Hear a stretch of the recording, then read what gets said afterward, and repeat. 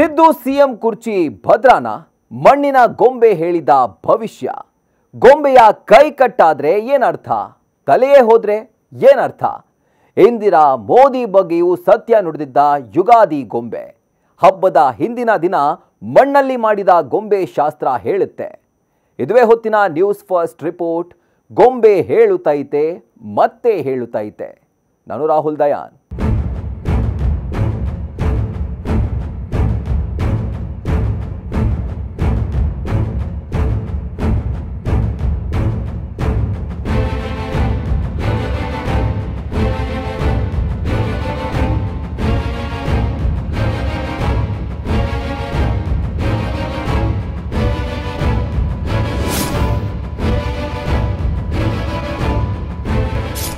ಗೊಂಬೆ ಹೇಳುತ್ತೈತೆ ಮತ್ತೆ ಹೇಳುತ್ತೈತೆ, ನೀನೇ ರಾಜಕುಮಾರ. ನಾವು ನೀವು ಈ ಹಾಡನ್ನ, ಸಾಹಿತ್ಯವನ್ನ, ಹಾಗೆ ಪುನೀತ್ ರಾಜ್ಕುಮಾರ್ ಅವರನ್ನ ಯಾವತ್ತೂ ಮರೆಯೋದಕ್ಕೆ ಸಾಧ್ಯ ಇಲ್ಲ. ಅಂದ್ಹಾಗೆ ಈ ಹಾಡಿನ ಸಾಹಿತ್ಯಕ್ಕೂ ಇದೀಗ ಮುಖ್ಯಮಂತ್ರಿ ಸಿದ್ದರಾಮಯ್ಯ ಕುರಿತು ಗೊಂಬೆಗಳು ನುಡಿದಿರುವಂತಹ ಭವಿಷ್ಯಕ್ಕೂ ಸಂಬಂಧ ಇದೆ.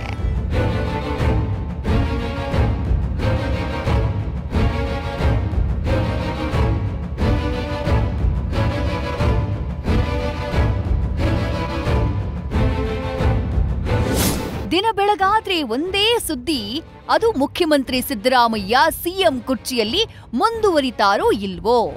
ಮುಂದಿನ ನವೆಂಬರ್ ಡಿಸೆಂಬರ್ ವೇಳೆಗೆ ಅಧಿಕಾರ ಹಸ್ತಾಂತರ ಮಾಡಬೇಕಾಗತ್ತಾ? ಆ ಸಂದರ್ಭದಲ್ಲಿ ಡಿಕೆ ಶಿವಕುಮಾರ್ ಮುಖ್ಯಮಂತ್ರಿ ಆಗ್ತಾರೋ ಇಲ್ವೋ, ಇಲ್ಲ ಸತೀಶ್ ಜಾರಕಿಹೊಳಿ ಪರಮೇಶ್ವರ್ ಅವರು ಸಿಂಹಾಸನವನ್ನ ಏರ್ತಾರಾ? ಈ ರೀತಿಯ ಪ್ರಶ್ನೆಗಳು ಚರ್ಚೆಯಾಗ್ತಾ ಇವೆ. ಬಟ್ ಇಂಥ ಗೊಂದಲ ಸಿದ್ದರಾಮಯ್ಯ ಅವರ ಬೆಂಬಲಿಗರಲ್ಲಿ, ಅವರ ಅಭಿಮಾನಿಗಳಲ್ಲಿ ಬೇಸರ ಮೂಡಿಸ್ತಿದೆ ಅನ್ನೋದು ಸತ್ಯ. ಇದೀಗ ಅವರೆಲ್ಲರೂ ಖುಷಿಯಾಗೋ ಸ್ಫೋಟಕ ಭವಿಷ್ಯವಾಣಿಯೊಂದು ಹೊರಬಿದ್ದಿದೆ. ಹಾಗಂತ ಇದನ್ನ ಯಾವುದೋ ಖ್ಯಾತ ಜ್ಯೋತಿಷಿಗಳು, ಬಾಬಾಗಳು ಹೇಳಿರುವಂಥ ವಾಣಿಯಲ್ಲ. ಇದು 100ಕ್ಕೆ 100 ಸತ್ಯ ನುಡಿಯೋ ಮಣ್ಣಿನ ಗೊಂಬೆಗಳು ನುಡಿದಿರುವಂಥ ಯುಗಾದಿ ಭವಿಷ್ಯವಾಣಿ.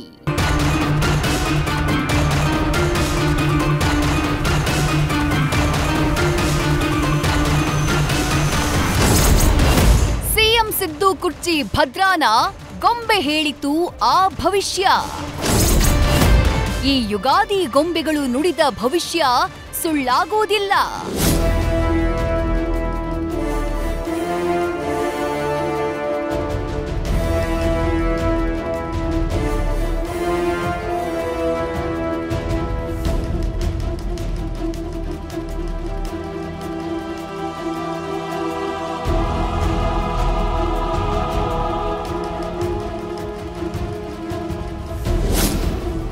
ಭವಿಷ್ಯಕ್ಕೆ ಸಂಬಂಧಪಟ್ಟ ಹಾಗೆ ಒಂದೊಂದು ಊರಿನಲ್ಲಿ ಒಂದೊಂದು ರೀತಿಯ ನಂಬಿಕೆ, ಆಚರಣೆ ಇರುತ್ತೆ. ಹಾಗೆ ಕೆಲವು ಊರಲ್ಲಿರೋ ಜ್ಯೋತಿಷಿಗಳು ರಾಜ್ಯಕ್ಕೆ, ರಾಷ್ಟ್ರಕ್ಕೆ, ಜಗತ್ತಿಗೆ ಸಂಬಂಧಪಟ್ಟಂತಹ ಭವಿಷ್ಯವಾಣಿಗಳನ್ನ ವರ್ಷಕ್ಕೊಮ್ಮೆ ನುಡಿಯುತ್ತಾರೆ. ಇನ್ನು ಕೆಲ ಹಳ್ಳಿ ಪ್ರದೇಶಗಳಲ್ಲಿ ವರ್ಷಕ್ಕೊಮ್ಮೆ ವಿವಿಧ ಆಚರಣೆಗಳ ಮೂಲಕ ಮುಂದಿನ 1 ವರ್ಷದ ಭವಿಷ್ಯ ಹೇಗಿರುತ್ತೆ, ರಾಜ್ಯದಲ್ಲಿ ಯಾರು ಅಧಿಕಾರವನ್ನ ಮಾಡ್ತಾರೆ, ದೇಶವನ್ನ ಯಾರು ಆಳ್ತಾರೆ, ಯಾರು ಅಧಿಕಾರದಿಂದ ಇಳಿತಾರೆ, ಮಳೆ ಬೆಳೆ ಹೇಗಿರುತ್ತೆ, ಇಂಥ ಪ್ರಶ್ನೆಗಳಿಗೆ ಉತ್ತರವನ್ನ ಕಂಡುಕೊಳ್ಳಲಾಗುತ್ತೆ. ಅದೇ ರೀತಿ ಧಾರವಾಡ ತಾಲೂಕಿನ ಹನುಮನಕೊಪ್ಪ ಎಂಬ ಗ್ರಾಮದಲ್ಲಿ ಗೊಂಬೆಗಳ ಮೂಲಕ ಭವಿಷ್ಯವನ್ನ ಕಂಡುಕೊಳ್ಳಲಾಗುತ್ತೆ. ಇಲ್ಲಿಯ ಗೊಂಬೆಗಳು ಭವಿಷ್ಯ ಹೇಳಿದ್ವು ಅಂದ್ರೆ 100ಕ್ಕೆ 100 ಸತ್ಯವಾಗತ್ತೆ ಅನ್ನೋ ನಂಬಿಕೆ ಜನರದ್ದು. ಅದಕ್ಕೆ ಕಾರಣ ಆ ಗೊಂಬೆಗಳು ಈ ಹಿಂದೆ ನುಡಿದಿರುವಂತಹ ಭವಿಷ್ಯವಾಣಿ. ಅಷ್ಟಕ್ಕೂ ಈ ಹಿಂದೆ ಅವುಗಳು ನುಡಿದಿರುವಂತಹ ಭವಿಷ್ಯ ಹೇಗೆ ಸತ್ಯವಾಗಿದೆ ಅದನ್ನ ಹೇಳ್ತೀವಿ. ಅದಕ್ಕೂ ಮುನ್ನ ಈ ವರ್ಷ ಗೊಂಬೆಗಳ ಯುಗಾದಿ ಭವಿಷ್ಯ ಏನಿದೆ ಎನ್ನುವುದನ್ನ ಹೇಳಿಬಿಡ್ತೀವಿ, ಕೇಳಿ.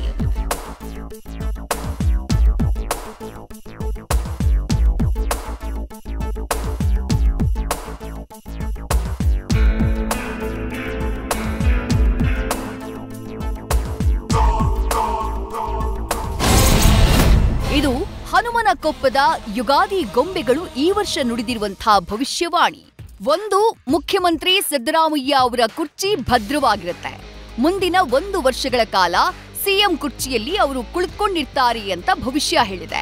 ಎರಡನೇ ಭವಿಷ್ಯವಾಣಿ ಅಂದ್ರೆ ಗೋವಾ ರಾಜಕೀಯದಲ್ಲಿ ಅಲ್ಲೋಲ ಕಲ್ಲೋಲವಾಗುವ ಸಾಧ್ಯತೆ ಇದೆ ಎನ್ನುವುದನ್ನ ಹೇಳ್ತಾ ಇದೆ. ಅಂತಿಮವಾಗಿ ಮೂರನೇ ಭವಿಷ್ಯವಾಣಿ ಅಂದ್ರೆ ಈ ಬಾರಿ ಮುಂಗಾರು ಮಳೆ ಕುಂಠಿತವಾಗಿರುತ್ತೆ, ಆದ್ರೆ ಹಿಂಗಾರು ಮಳೆ ಭರ್ಜರಿಯಾಗಿರುತ್ತೆ ಅಂತ ನುಡಿಯಲಾಗಿದೆ. ಗೊಂಬೆ ಭವಿಷ್ಯದ ಪ್ರಕಾರ ಸರ್, ನಾವು ಮಳೆಗಾಲ ಏನೈತಲ್ರಿ, ಮುಂಗಾರಿ ಮಳೆಗಾಲ ಮಾತ್ರ ಒಂದು ಸ್ವಲ್ಪ ದುರ್ಬಲ ಐತಿ ಸರ್. ಹಿಂಗಾರಿ ಮಾತ್ರ ಸಂಪೂರ್ಣ ಏನೈತಲ್ಲ, ಮಳೆಗಾಲ ಸಂಪೂರ್ಣ ಇದ್ದಾವ ಸರ್. ಎಲ್ಲ ಒಂದು ಮಳೆ ಬೆಳೆಗೆ ಒಂದು ಯಾವುದೂ ತೊಂದರೆ ಇಲ್ಲ. ನಮ್ಮ ರಾಜ್ಯದಲ್ಲಿ ಯಥಾಸ್ಥಿತಿ ಮುಂದುವರಿತೈತಿ. ವಾಸಲೂ ನಮಗೆ ಒಂದು ಬಂದಂಥ ವಿಚಾರ ಪ್ರಕಾರ ಯಥಾಸ್ಥಿತಿನ ಇದೇ ಒಂದು ಕಲ್ಮಸವಾದ ರಾಜಕಾರಣ ಇದು ನಡೆದಿತ್ತು ಸರ್. ಅವಾಗೂ ಯಥಾಸ್ಥಿತಿ ಮುಂದುವರೆದಿತ್ತು. ಈ ವರ್ಷನೂ ಅದ ಮುಂದುವರಿತೈತಿ ಅನ್ನುವಂಥ ಒಂದು ವಿಶ್ವಾಸ ನಮಗೈತಿ. ಸಿದ್ದರಾಮಯ್ಯ ಕುರ್ಚಿ ಭದ್ರ ಇರ್ತೈತಿ ಅನ್ನುವಂಥ ಒಂದು ಅಭಿಪ್ರಾಯ ನಮ್ಮ ಈ ಗೊಂಬೆ ಭವಿಷ್ಯದ ಮೇಲೆ ಹೇಳ್ಬೋದು ಸರ್. ಹೌದು ಸರ್, ಹೌದಾ ನಡೆದೈತಿ ಸರ್. ಆದ್ರೆ ಈ ಒಂದು ನಮ್ಮ ಪ್ರಕಾರ ಮಾತ್ರ ನಾವು ಅವ್ರ ಕುರ್ಚಿ ಭದ್ರ ಐತಿ ಅಂತ ನಾವು ಹೇಳಕೈತಿ.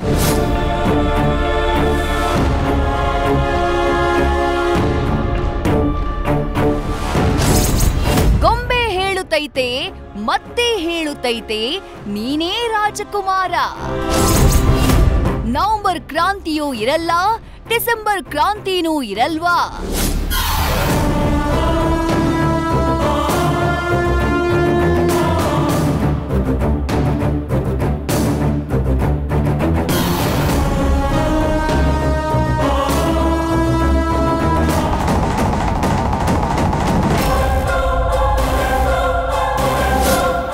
ಈ ಬಾರಿ ಮುಖ್ಯಮಂತ್ರಿ ಗದ್ದುಗೆಗೆ ಸಿದ್ದರಾಮಯ್ಯ ಏರಿದಾಗ್ನಿಂದ ಕೇಳಿ ಬರ್ತಾ ಇರೋ ಪ್ರಶ್ನೆ ಅಂದ್ರೆ ಡಿಕೆ ಶಿವಕುಮಾರ್ ಅವರಿಗೂ ಸಿದ್ದರಾಮಯ್ಯ ಅವರಿಗೂ ಪವರ್ ಶೇರಿಂಗ್ ಆಗಿದ್ಯಾ ಅನ್ನೋದು. ಆಗಾಗ ಸದ್ದು ಮಾಡ್ತಾ ಇದ್ದ ಆ ವಿಷಯ ಇತ್ತೀಚಿನ ದಿನಗಳಲ್ಲಿ ವಿಪರೀತ ಅನ್ನೋ ಮಟ್ಟಕ್ಕೆ ಹೋಗಿ ನಿಂತಿದೆ. ಕಾರಣ, ಇಂಗ್ಲಿಷ್ ನ್ಯೂಸ್ ಚಾನೆಲ್ ಒಂದಕ್ಕೆ ಇಂಟರ್ವ್ಯೂ ನೀಡುವ ವೇಳೆ ಡಿಕೆ ಶಿವಕುಮಾರ್ ನಾವೊಂದು ಒಪ್ಪಂದದಲ್ಲಿ ಇದ್ದೇವೆ ಅಂತ ಹೇಳಿರೋದು. ಆದ್ರೆ ಮುಖ್ಯಮಂತ್ರಿ ಸಿದ್ದರಾಮಯ್ಯ ಅವರು ಯಾವ ಒಪ್ಪಂದವೂ ಆಗಿಲ್ಲ, 5 ವರ್ಷ ನಾನೇ ಸಿಎಂ ಅಂತ ಹೇಳಿದ್ದಾರೆ. ಅವರ ಬೆಂಬಲಿಗರು ಹಾಗೆ ಹೇಳಿದ್ದಾರೆ. ಆದ್ರೆ ರಾಜ್ಯ ರಾಜಕೀಯ ಬೆಳವಣಿಗೆ ಅವರು ಹೇಳಿದಂತೆ ಇಲ್ಲ ಅನ್ನೋದು ಎಲ್ರಿಗೂ ಗೊತ್ತಿರೋ ಸತ್ಯ.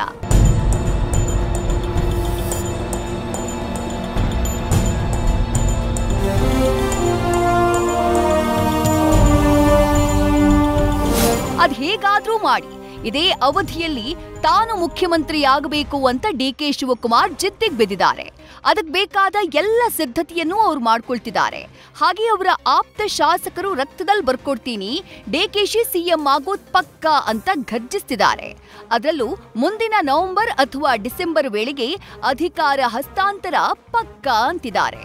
ಇನ್ನೊಂದ್ ಕಡೆ ಸಿದ್ದು ಆಪ್ತರಾಗಿರೋ ಸತೀಶ ಜಾರಕಿಹೊಳಿ, ಕೆಎನ್ ರಾಜಣ್ಣ, ಪರಮೇಶ್ವರ್, ಮಹದೇವಪ್ಪ ಅವರು ಇಲ್ಲ ಮುಖ್ಯಮಂತ್ರಿಯಾಗಿ ಸಿದ್ದರಾಮಯ್ಯ ಅವರೇ ಮುಂದುವರಿಬೇಕು, ಹಾಗೊಂದು ವೇಳೆ ಸಿಎಂ ಸಿಂಹಾಸನ ಬದಲಾವಣೆ ಮಾಡುವುದಾದ್ರೆ ದಲಿತರನ್ನ ಸಿಎಂ ಮಾಡಬೇಕು ಅಂತ ಬಿಗಿಪಟ್ಟನ್ನ ಹಾಕಿದ್ದಾರೆ. ಹೀಗಾಗಿ ಏನೇ ಆದ್ರೂ ನವೆಂಬರ್ ಅಥವಾ ಡಿಸೆಂಬರ್ ಕ್ರಾಂತಿ ಪಕ್ಕಾ ಅನ್ನುವುದನ್ನ ರಾಜಕೀಯ ಪಂಡಿತರು ಹೇಳ್ತಿದ್ದಾರೆ. ಈ ನಡುವೆ ಡೋಂಟ್ ವರಿ, ಸಿದ್ದು ಕುರ್ಚಿ ಸೇಫ್ ಅನ್ನುವುದನ್ನ ಧಾರವಾಡದ ಗೊಂಬೆಗಳು ಭವಿಷ್ಯ ನುಡಿದಿವೆ.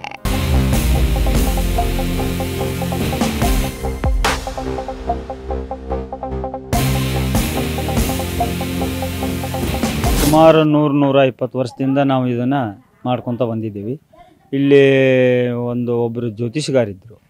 ಅವ್ರನ್ನ ಕೇಳಲಾಕಾಗಿ ಅವರು ಹೇಳಿದ ಪ್ರಕಾರ ನಮ್ಮ ರೈತರೆಲ್ಲರೂ ಕೂಡಿ ಊರು ಗ್ರಾಮಸ್ಥರು ಕೂಡಿ ಇದನ್ನು ಮಾಡ್ತಾ ಬಂದೀವಿ. ಈಗ ನಾವು ಇದರಲ್ಲಿ ಭಾಗಿಯಾಗಕತ್ತೆ ಸುಮಾರು ಒಂದು 25-30 ವರ್ಷಗಳಾದವು. ಅವಾಗಿಂದನೂ ನಾವು ಇದನ್ನು ಯಥಾ ಪ್ರಕಾರ ಮಾಡ್ಕೊತ ಬರ್ತಾ ಇದ್ದಾವೆ. ಹಿರಿಯರು ಮಾಡ್ಕೊತ ಬರ್ತಾಯಿದ್ರು. ಅದನ್ನು ನಾವು ನೋಡ್ಕೊತ ಅವ್ರ ಕೈಯಾಗ ಸಣ್ಣ ಪುಟ್ಟ ಕೆಲಸ ಮಾಡ್ಕೊತ ಬಂದೀವಿ. ಅವಾಗಿಂದನೂ ಅವ್ರ ವಿಚಾರ ಪ್ರಕಾರ ನಾವು ಇಲ್ಲಿ ತಿಳುವಳಿಕೆ ವಿಚಾರ ಮಾಡಿದಾಗ ಅದರಂತನ ನಡೆದದಾವು. ನಾವು ಮಳೆ ಬೆಳೆ ಆಗಲಿ ಅಥವಾ ರಾಜಕಾರಣಿಗಳದಾಗಲಿ ಆ ಪ್ರಕಾರ ಇಲ್ಲಿ ಏನು ನಮಗೆ ಸೂಚನೆ ಕೊಡ್ತದಲ್ಲ, ಆ ಸೂಚನೆ ಪ್ರಕಾರನ ನಡೆದು ಬಂದಾವೆ. ಇಲ್ಲಿ ಗೊಂಬೆಗಳು ಹೇಳಿದಂತೆ ಸಿದ್ದು ಸೇಫ್ ಆಗ್ತಾರಾ? ಈ ಗೊಂಬೆಗಳ ಭವಿಷ್ಯವಾಣಿ ಅದೆಷ್ಟು ಗ್ಯಾರಂಟಿ?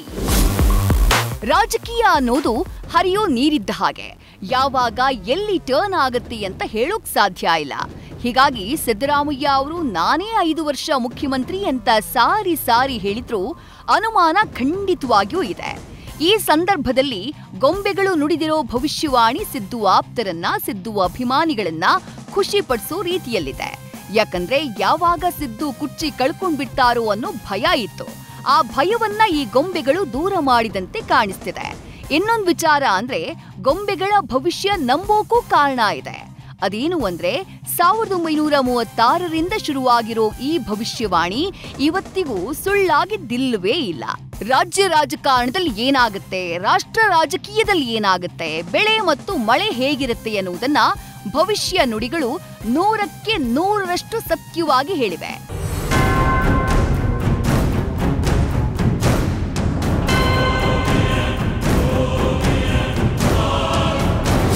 ಈ ಬಾರಿ ನುಡಿದಿರುವಂತಹ ಭವಿಷ್ಯದಲ್ಲಿ ಗಮನಿಸಬೇಕಾದ ವಿಚಾರ ಅಂದ್ರೆ ಕೇಂದ್ರದಲ್ಲಿಯೂ ಯಾವುದೇ ರಾಜಕೀಯ ಬದಲಾವಣೆಯಾಗಲ್ಲ.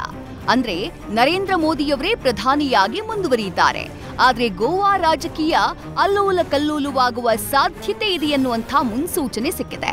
ಹಾಗೆ ಮುಂಗಾರು ಮಳೆ ಕೈಕೊಟ್ರು ಹಿಂಗಾರು ಮಳೆ ರೈತರ ಕೈ ಹಿಡಿಯುತ್ತೆ ಅಂತ ಭವಿಷ್ಯವಾಣಿ ಹೇಳ್ತಾ ಇದೆ. ಬಟ್ ಅದೆಲ್ಲದಕ್ಕೂ ಮುಖ್ಯವಾಗಿ ಸಿದ್ದು ಕುರ್ಚಿ ಸೇಫ್ ಅಂತ ಭವಿಷ್ಯ ನುಡಿದಿರುವುದು ವೈರಲ್ ಆಗಿದೆ. ಧಾರವಾಡದ ಗೊಂಬೆಗಳ ಭವಿಷ್ಯವನ್ನ ಜನ ನಂಬ್ತಾರೆ ಅಂದ್ರೆ ಅದಕ್ಕೇನಾದ್ರೂ ಕಾರಣ ಇರಬೇಕಲ್ವಾ? ಖಂಡಿತವಾಗಿಯೂ ಇದೆ.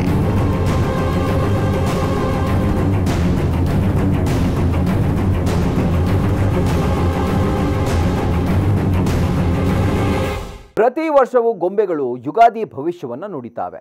ಅವುಗಳನ್ನ ಜನ ನಂಬ್ತಾರೆ. ಹಾಗಾದ್ರೆ ಜನರ ನಂಬಿಕೆಗೂ ಏನಾದರೂ ಕಾರಣ ಇರಲೇಬೇಕಲ್ವಾ?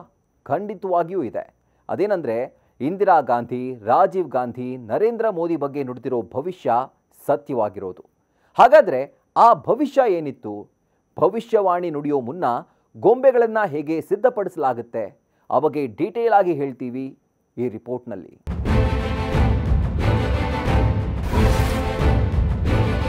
ಇದು ಸುಮಾರು ಒಂದು 100-120 ವರ್ಷ ಆಯ್ತು ಮಾಡ್ಕೊಂಡ್ರೆ. ಒಂದು ವರ್ಷದ ಒಂದು ಭವಿಷ್ಯ ತಿಳಿಯ.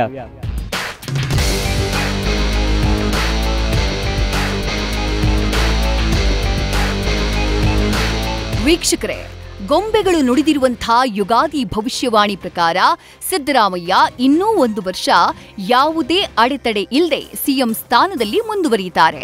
ಕಳೆದ ವರ್ಷ ಕೂಡ ಸಿದ್ದರಾಮಯ್ಯ ಅವರ ಸಿಎಂ ಗದ್ದುಗೆಗೆ ಯಾವುದೇ ವಿಘ್ನವಿಲ್ಲ ಅನ್ನುವುದನ್ನ ಇದೇ ಗೊಂಬೆಗಳು ಭವಿಷ್ಯ ನುಡಿದಿದ್ವು. ಇನ್ನು ಪ್ರತಿ ವರ್ಷವೂ ಗೊಂಬೆಗಳು ಭವಿಷ್ಯವನ್ನ ನುಡಿತಾನೆ ಇರ್ತವೆ. ಆದ್ರೆ ಅದನ್ನ ನಂಬಬೇಕೋ ಬೇಡವೋ ಅನ್ನೋದು ಈ ಹಿಂದೆ ನುಡಿದಿರುವಂತಹ ಭವಿಷ್ಯ ಅದೆಷ್ಟು ಸತ್ಯವಾಗಿದೆ ಅನ್ನೋದ್ರ ಮೇಲೆ ನಿಂತಿರುತ್ತೆ. ಹೌದು, ಜನ ಭವಿಷ್ಯ ನಂಬ್ತಾರೆ ಅನ್ನೋದು ಸತ್ಯ. ಆದ್ರೆ ಅವರಿಗೆ ಈ ಹಿಂದೆ ನುಡಿದಿರುವಂತಹ ಭವಿಷ್ಯವಾಣಿ ಸತ್ಯವಾಗಿರುವುದಕ್ಕೆ ಎಕ್ಸಾಂಪಲ್ಗಳು ಬೇಕು. ಹಾಗಾದ್ರೆ ಮಾತ್ರ ನಂಬ್ತಾರೆ. ಪ್ರತಿ ವರ್ಷವೂ ಬರುವಂತಹ ಭವಿಷ್ಯವಾಣಿ ಕೇಳುವುದಕ್ಕೆ ಕಾತುರರಾಗಿರ್ತಾರೆ.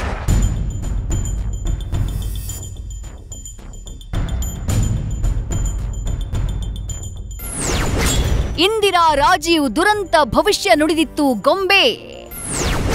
ಗೊಂಬೆಗಳು ಏನು ಸೂಚನೆ ಕೊಟ್ಟಿದ್ವೋ ಹಾಗೇ ಆಗಿತ್ತು. ಯಡಿಯೂರಪ್ಪ ಮೋದಿ ರಾಜಕೀಯ ಭವಿಷ್ಯವನ್ನು ನುಡಿದಿತ್ತು.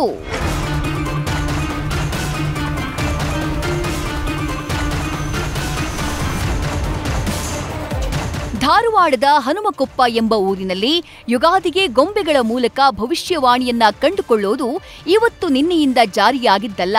ಇದಕ್ಕೆ ತಲೆತಲಾಂತರದ ಇತಿಹಾಸ ಇದೆ. ಸ್ಥಳೀಯರು ಹೇಳೋ ಪ್ರಕಾರ 1936ರಿಂದ ಜಾರಿಯಲ್ಲಿದೆ. ಪ್ರತಿ ವರ್ಷ ಯುಗಾದಿ ಬಂತು ಅಂದ್ರೆ ಸಾಕು, ಗೊಂಬೆಗಳ ಮೂಲಕ ಭವಿಷ್ಯವಾಣಿಯನ್ನ ಕೇಳಲಾಗುತ್ತೆ. ಹಾಗೆ ಈ ಹಿಂದೆ ಹೇಳಿರುವಂತಹ ಬಹುತೇಕ ಭವಿಷ್ಯವಾಣಿಗಳು ಸತ್ಯವಾಗಿವೆ. ಅದರಲ್ಲಿ ಮುಖ್ಯವಾಗಿ ಕಾಣಿಸೋದು ಅಂದ್ರೆ ಇಂದಿರಾ ಗಾಂಧಿ ಮತ್ತು ರಾಜೀವ್ ಗಾಂಧಿಯವರ ಬಗ್ಗೆ ನುಡಿದಿರುವಂತಹ ಭವಿಷ್ಯವಾಣಿ.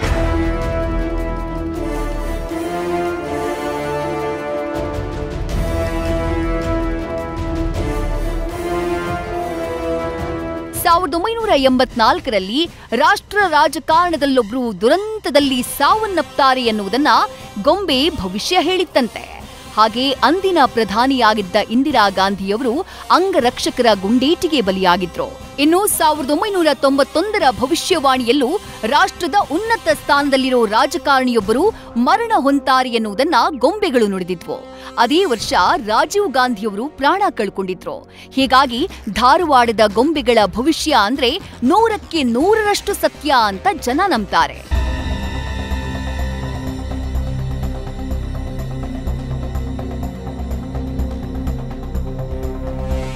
ಇನ್ನೊಂದು ವಿಚಾರ ಅಂದ್ರೆ ಯಡಿಯೂರಪ್ಪ ಅಧಿಕಾರದಿಂದ ಇಳಿಯೋ ಸಂದರ್ಭದಲ್ಲಿ ಗೊಂಬೆಗಳು ಮುರಿದು ಬಿದ್ದಿದ್ವು.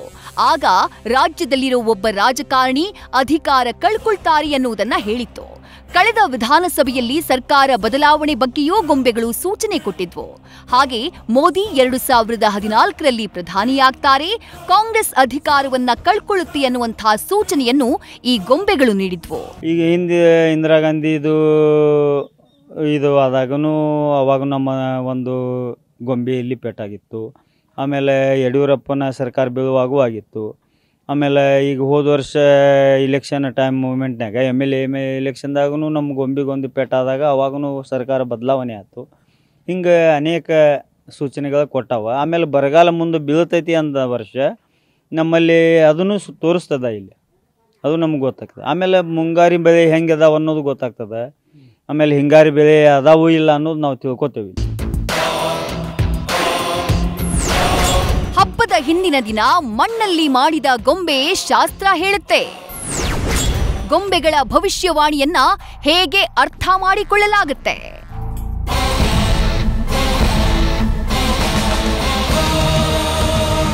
ಧಾರವಾಡದ ಹನುಮನಕೊಪ್ಪದ ಗೊಂಬೆಗಳು ಯುಗಾದಿಗೆ ನೀಡೋ ಭವಿಷ್ಯಗಳನ್ನ ಜನ ಭಾರೀ ಪ್ರಮಾಣದಲ್ಲಿ ನಂಬ್ತಾರೆ. ಈ ಗೊಂಬೆಗಳು ಏನ್ ಹೇಳ್ತಾವೋ ಹಾಗೇ ಆಗತ್ತೆ ಅನ್ನುವಂಥ ಭರವಸೆ ಜನರಲ್ಲಿದೆ.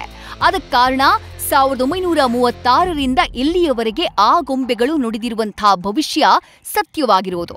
ರಾಜ್ಯ ರಾಜಕೀಯ, ರಾಷ್ಟ್ರ ರಾಜಕೀಯ, ಮಳೆ ಬೆಳೆ ಹೀಗೆ ಯಾವ್ಯಾವ ವಿಷಯಕ್ಕೆ ಭವಿಷ್ಯ ನುಡಿಯಲಾಗಿದೆಯೋ ಅದೆಲ್ಲವೂ ಸತ್ಯವಾಗಿದೆ. ಇದನ್ನ ಸ್ಥಳೀಯರು ಹೇಳ್ತಾರೆ. ಹಾಗಾದ್ರೆ ಗೊಂಬೆಗಳ ಭವಿಷ್ಯವನ್ನ ಹೇಗೆ ಅರ್ಥ ಮಾಡ್ಕೊಳ್ಬೇಕು ಅನ್ನುವುದನ್ನು ಹೇಳ್ತೀವಿ. ಅದಕ್ಕೂ ಮುನ್ನ ಗೊಂಬೆಗಳ ಭವಿಷ್ಯಕ್ಕೆ ಯಾವ ರೀತಿಯಲ್ಲಿ ಯುಗಾದಿಗೂ ಮುನ್ನಾ ದಿನ ಅಮಾವಾಸ್ಯೆ ಎಂದೇ ಸಿದ್ಧತೆ ಮಾಡಲಾಗುತ್ತೆ ಎನ್ನುವುದನ್ನ ಹೇಳ್ತೀವಿ ಕೇಳಿ. ಪ್ರತಿ ವರ್ಷ ಯುಗಾದಿ ಅಮಾವಾಸ್ಯೆ ದಿನ ಮಣ್ಣಿನ ಗದ್ದುಗೆಯನ್ನ ನಿರ್ಮಾಣ ಮಾಡಲಾಗುತ್ತೆ. ಉತ್ತರಾಭಿಮುಖವಾಗಿ ಹರಿಯೋ ಹಳ್ಳದ ಮೇಲೆ ಈ ಗದ್ದುಗೆ ನಿರ್ಮಾಣವಾಗಿರುತ್ತೆ. ರಾತ್ರಿ ನಿರ್ಮಾಣ ಮಾಡಿರೋ ಮಣ್ಣಿನ ಗದ್ದುಗೆ ಮೇಲೆ ದೇವಾನುದೇವತೆಗಳ ಗೊಂಬೆಗಳನ್ನ ಮಾಡಿ ಕೂರಿಸಲಾಗುತ್ತೆ. ಹಾಗೆಯೇ ಗದ್ದುಗೆಯ 4 ಮೂಲೆಗಳಲ್ಲೂ ಗುಡ್ಡಗಳ ನಿರ್ಮಾಣ ಮಾಡಲಾಗುತ್ತೆ. ಆ ಗುಡ್ಡಗಳ ಮೇಲೆ ಸೇವಕರನ್ನ ಇಡ್ಲಾಗುತ್ತೆ. ಆ ಸೇವಕರೇ ರಾಜಕಾರಣಿಗಳಾಗಿರ್ತಾರೆ. ಇನ್ನು ಮಳೆ ಬೆಳೆ ತಿಳಿಯೋ ಉದ್ದೇಶಕ್ಕೆ 17 ಮಳೆಗಳಿಗೂ ಎಕ್ಕದ ಎಲೆಯಲ್ಲಿ ಧಾನ್ಯಗಳನ್ನ ಇಟ್ಟು ಭವಿಷ್ಯವನ್ನ ತಿಳಿಯಲಾಗುತ್ತೆ. 4 ಮೂಲೆಗಳಿಗೆ ಒಂದು ಗುಡ್ಡವನ್ನು ನಿರ್ಮಾಣ ಮಾಡಿ ಅವುಗಳ ಮೇಲೆ ಒಬ್ಬೊಬ್ಬರನ್ನು ಸೇವಕರನ್ನಾಗಿ ಮಾಡಿ ಗೊಂಬೆಗಳ ಆಕಾರದಲ್ಲಿ ಮಾಡಿ ಇಟ್ಟಿರ್ತೀವಿ. ಅವುಗಳಿಗೆ ನಾವು ಏನಂತೀವಿ, ರಾಜಕೀಯ ಮುಖಂಡರು ಅಂತೇಳಿ ಕರಿತೀವಿ. ನಂತರ ನಾವು ಏನು ಮಾಡ್ತೀವಿ, ಮಳೆಗಳು ಈ ಪ್ರತಿ ವರ್ಷದಂತೆ 17 ಮಳೆಗಳು ಏನಿರ್ತಾವಲ್ಲ, ಒಂದೊಂದು ಮಳೆಗಳಿಗೆ ಒಂದೊಂದು ಎಕ್ಕೆ ಎಲೆಯನ್ನು ಆ ಗದ್ದಿಗೆಯಲ್ಲಿ ಊರಿ ನಂತರ ಅದರ ಮೇಲೆ ಮತ್ತೊಂದು ಎಕ್ಕೆ ಎಲೆ ಇಟ್ಟು ಅದನ್ನು ಒಂದು ಮಣ್ಣಿನ ಉಂಡೆಯನ್ನು ಇಡುತ್ತೇವೆ. ಬೆಳಗ್ಗೆ ಎದ್ದು ಹೋಗಿ ನೋಡಿದಾಗ ಗೊತ್ತಾಗುತ್ತೆ ಭವಿಷ್ಯ.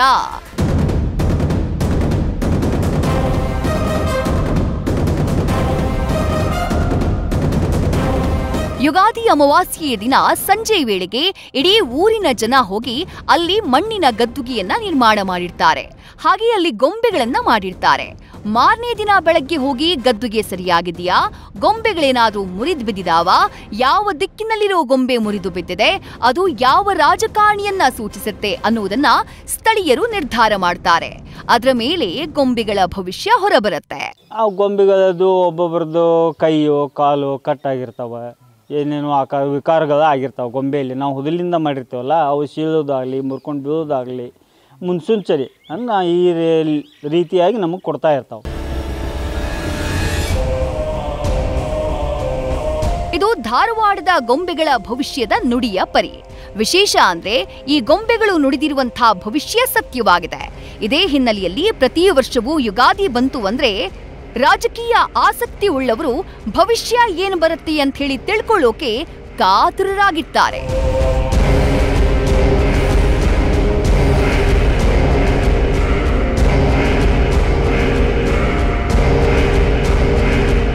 ಗೊಂಬೆಗಳ ಭವಿಷ್ಯವಾಣಿ ನಂಬೋದು ಬಿಡೋದು ಅವರವರ ವೈಯಕ್ತಿಕ ವಿಚಾರ. ಆದರೆ ಪ್ರತಿ ವರ್ಷವೂ ಗೊಂಬೆಗಳು ನುಡಿತಾ ಇರೋ ಭವಿಷ್ಯ ಸತ್ಯ ಆಗ್ತಾ ಇರೋ ಹಿನ್ನೆಲೆಯಲ್ಲಿ ಸಿದ್ದು ಅಭಿಮಾನಿಗಳಂತೂ ಖುಷಿಯಾಗಿದ್ದಾರೆ. ಇದಾಗಿತ್ತು ಹೊತ್ತಿನ ವಿಶೇಷ. ಕ್ಷಣ ಕ್ಷಣದ ಮಾಹಿತಿಗಾಗಿ ನೋಡ್ತಾ ಇರಿ ನ್ಯೂಸ್ ಫಸ್ಟ್, ನಿರ್ಭೀತಿಯಿಂದ ನಿಮ್ಮ ಪರವಾಗಿ. ನ್ಯೂಸ್ ಫಸ್ಟ್, ನಿರ್ಭೀತಿಯಿಂದ ನಿಮ್ಮ ಪರವಾಗಿ.